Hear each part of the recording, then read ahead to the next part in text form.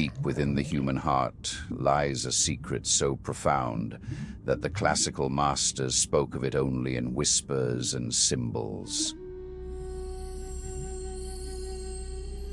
They called it Sirr, the divine secret, the innermost sanctuary where human consciousness touches the infinite. Unlike the hidden knowledge peddled in spiritual marketplaces, this secret cannot be bought, downloaded, or transmitted through words alone.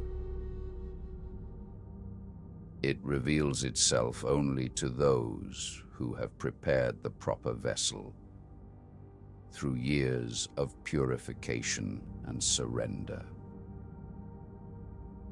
You may have sensed this secret during moments of profound stillness, a presence so intimate it feels like your own deepest identity, yet so vast it contains all existence. Perhaps it emerged during prayer, when the petitioner dissolved and only the prayer remained. Or in meditation, when the meditator vanished and awareness recognized itself as boundless. These glimpses point toward what the Sufis considered the crown jewel of human spiritual anatomy. The secret of secrets that lies beyond even the purified heart.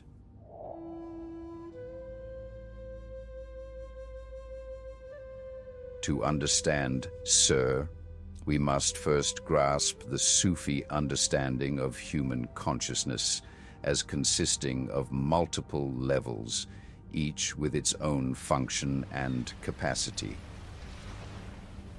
The outermost level is nafs, the ego self with its desires, fears, and constant commentary. This is the psychological structure most people identify as themselves, though the Sufis recognized it as merely the surface layer of human reality. Deeper lies qalb, the heart, not the physical organ, but the spiritual center capable of divine perception. Al-Ghazali describes the heart as a subtle spiritual entity, connected to the physical heart, the faculty through which divine knowledge enters human consciousness. Beyond the heart lies ruh, the spirit, that aspect of human nature directly connected to divine breath. The Quran speaks of God breathing into Adam, and the Sufis understood this divine pneuma as the animating principle that makes spiritual realization possible. But the deepest level, accessible only to the most advanced mystics, is Sirr, the secret. Ibn Arabi describes it as the place of intimate conversation between the servant and the Lord, while al-Ghazali calls it the innermost sanctuary where divine secrets are deposited. Al-Hujwiri explains in his Kashf al-Mahjub, the heart, qalb, is the place of knowledge, ilm, the spirit, ruh is the place of love, mahabba, and the secret, sirr, is the place of unification, jama.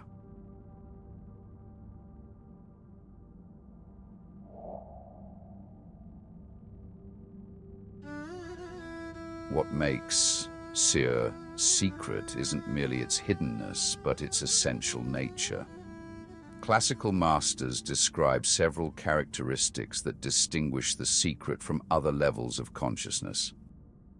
While the heart can know God through divine names and attributes, the secret experiences direct contact with the divine essence that, Ibn Arabi writes, in the secret there is no veil between the servant and the real, not even the veil of knowledge.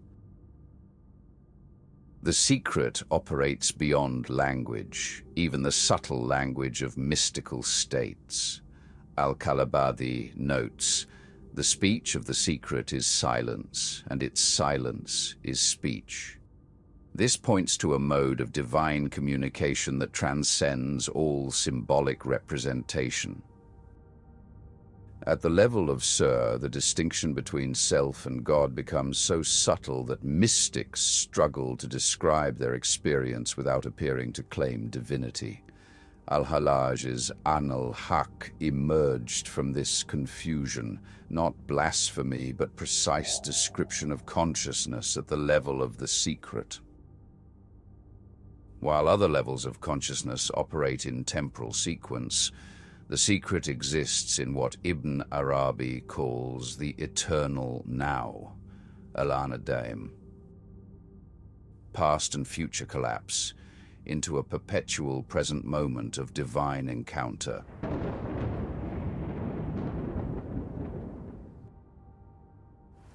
The concept of Sirr evolved through several generations of Sufi masters, each adding layers of understanding based on their direct experience. Junaid of Baghdad first articulated systematic understanding of the secret as distinct from other levels of consciousness. His letters describe Sirr as the place where God speaks to himself in the servant, suggesting that the secret represents divine self-awareness, operating through human consciousness. Al-hallaj pushed this understanding to its logical conclusion, declaring that at the level of the secret, human and divine consciousness become indistinguishable. His execution resulted partly from the orthodox inability to comprehend this paradox, though later Sufis recognized his precision. Al-ghazali, in his later mystical works, provided psychological analysis of the secret's function. He describes it as the faculty through which the servant witnesses the divine attributes operating within his own being, bridging rational theology and direct experience. Al-Qushayri's Risala includes detailed descriptions of how the secret develops through spiritual practice. He outlines specific conditions necessary for its activation and warns against confusing genuine contact with the secret with psychological projection or imagination. Ibn Arabi developed the most comprehensive doctrine of Sirr in his Futuhat al-Makkiyah. For him, the secret represents the point where individual consciousness recognizes itself as a locus for divine self-knowledge. The secret, he writes, is where God knows himself through the servant, and the servant knows himself through God.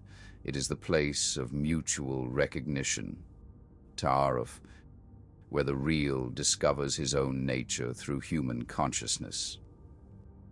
This understanding transforms the secret from a mystical curiosity into the fundamental structure of reality itself. Every moment of consciousness, according to Ibn Arabi, represents God knowing himself through creation, though only the awakened mystic recognizes this process.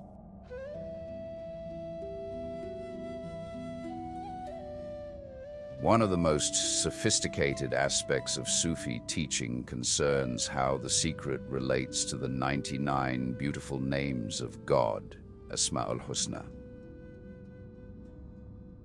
While the heart can contemplate these names conceptually and experience their effects spiritually, the secret witnesses them as aspects of its own deepest nature. Al-Jili explains in his Al-Insan al-Kamil, when the secret awakens, the servant discovers that he is the mirror in which the divine names appear. Ar-Rahman manifests as his own essential compassion, Al-Hakim as his own wisdom, Al-Jamil as his own beauty. This is recognition of what Ibn Arabi calls essential servanthood, Ubudiyatun Dhatiyya. The secret realizes that its deepest nature is to be the place where divine qualities manifest and operate. When zikr penetrates to the level of the secret, the practice transforms completely. Instead of a servant invoking distant divine qualities, the secret recognizes these qualities as the very substance of its own being. Reciting La hawla wa la quwwa illa billah at the level of the heart produces surrender to divine power. At the level of the secret, it becomes recognition that only divine power exists. There is no separate self to surrender. This explains why advanced masters often appear to abandon formal practices, not because they transcended the need for practice, but because their entire existence had become continuous zikr at the level of the secret.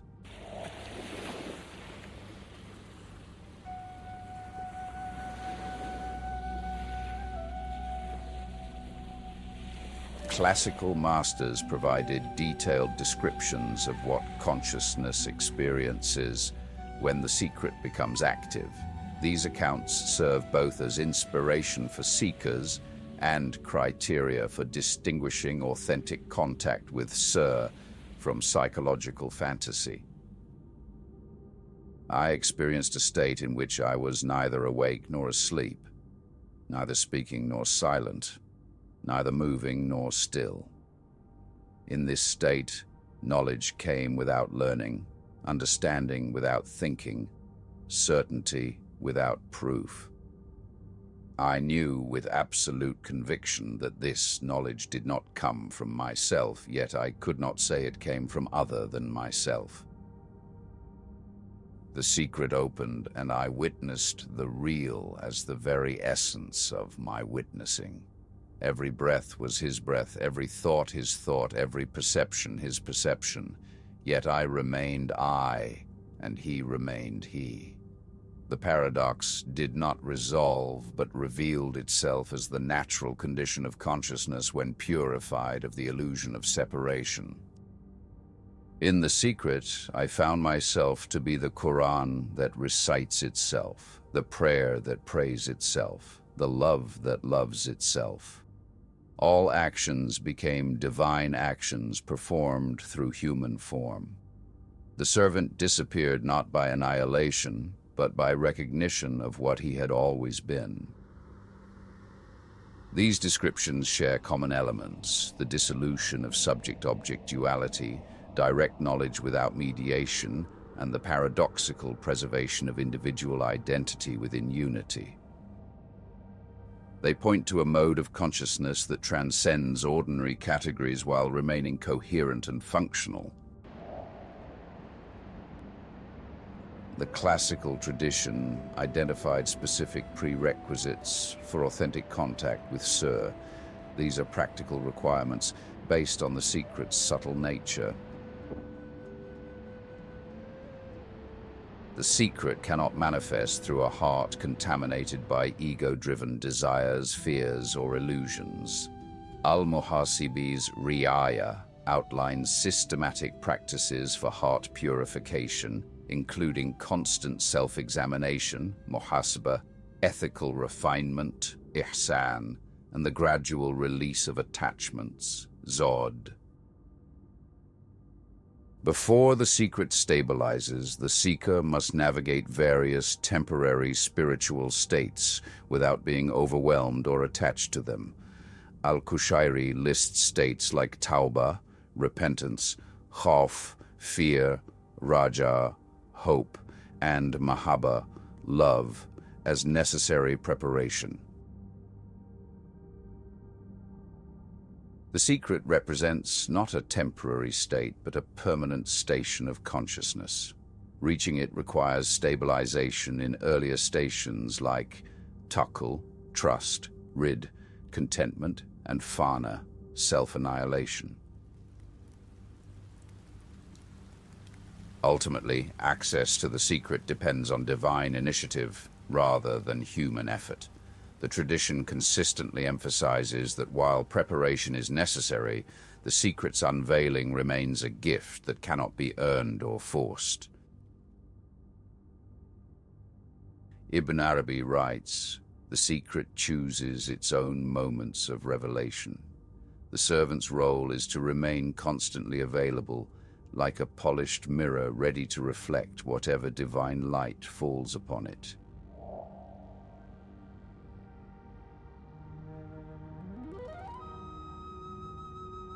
While the secret ultimately reveals itself according to divine timing, classical masters outlined practices that create favorable conditions for its manifestation. Move beyond vocal zikr to silent remembrance, and from silent remembrance to the remembrance that operates without conscious effort. Ibn Atta Allah describes the progression. First, you remember God, then God remembers you through you, then God remembers himself in you. Practice La ilaha illa Allah until it recites itself continuously without your volition. When the zikr becomes automatic, attention can settle into the silence from which the remembrance emerges, the domain of the secret. Seek the company of those whose secrets are active. The tradition maintains that the secret recognizes itself across apparent separations, creating transmission that bypasses ordinary communication, sits silently with realized beings, not seeking instruction but allowing heart-to-heart connection. The awakened secret can activate dormant potential in others through pure presence. Practice seeing the one reality appearing as the many. Begin with obvious manifestations, recognizing divine mercy in human kindness, divine beauty in natural phenomena, divine power in natural forces. Gradually extend this recognition until you perceive all experiences as divine self-disclosure. When this perception stabilizes, consciousness operates from the secret's perspective. Paradoxically, attachment to reaching the secret prevents its manifestation. Practice releasing even the desire for mystical realization, offering all spiritual seeking to God. As the classical masters taught, want nothing from God but God. Seek nothing from the path but the pathlessness that lies beyond all paths. The secret reveals itself only when you stop looking for it. One common misconception portrays contact with Sirr as requiring withdrawal from ordinary activities into mystical ecstasy. While intensive retreat, khulwa, can facilitate initial access, the mature realization involves integrating the secret's awareness into normal life. After his famous spiritual crisis and recovery, al-Ghazali returned to teaching and writing, but his later works reveal consciousness operating from the level of the secret, scholarly precision infused with direct mystical knowledge. His Ihya Ulum al-Din represents theology written from the perspective of the awakened secret. Ibn Arabi claimed that his major works came through direct inspiration, ilham, from the level of the secret. The Futuhat al-Makkiyah, with its 560 chapters, emerged from what he called continuous revelation, Wahy Mustamir, the secret's ongoing reception of divine knowledge. Rumi's poetry flows from consciousness established in the secret, which explains its power to induce mystical states in readers. The Mathnawi isn't merely about mystical experience, but is itself a transmission from the secret to the secret in others.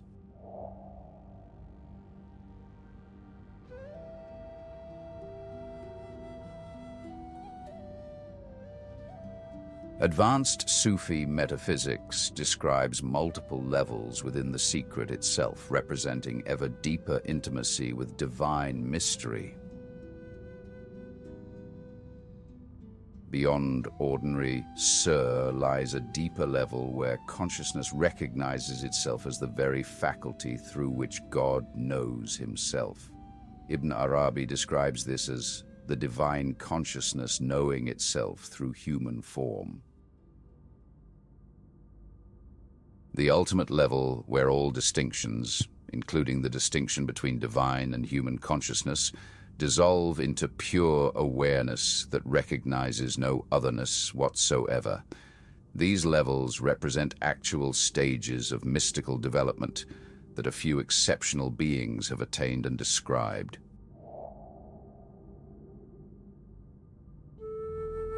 Classical masters emphasize protecting the secret from profanation through inappropriate disclosure or commercialization. The secret's power lies partly in its hiddenness. Its revelation to unprepared consciousness can cause spiritual damage rather than benefit. Ibn Arabi writes, "The secret must be guarded like a precious jewel. Expose it only to those whose hearts can receive it without corruption. This protection serves both the secret itself and potential recipients." Classical texts employ symbolic language, poetry, and paradox to convey secret teachings while protecting them from literal interpretation. Only those with appropriate preparation can decode the real meanings. The most profound aspects of secret knowledge transmit directly from heart to heart rather than through written or spoken words. This ensures that understanding comes with the spiritual maturity to handle it responsibly.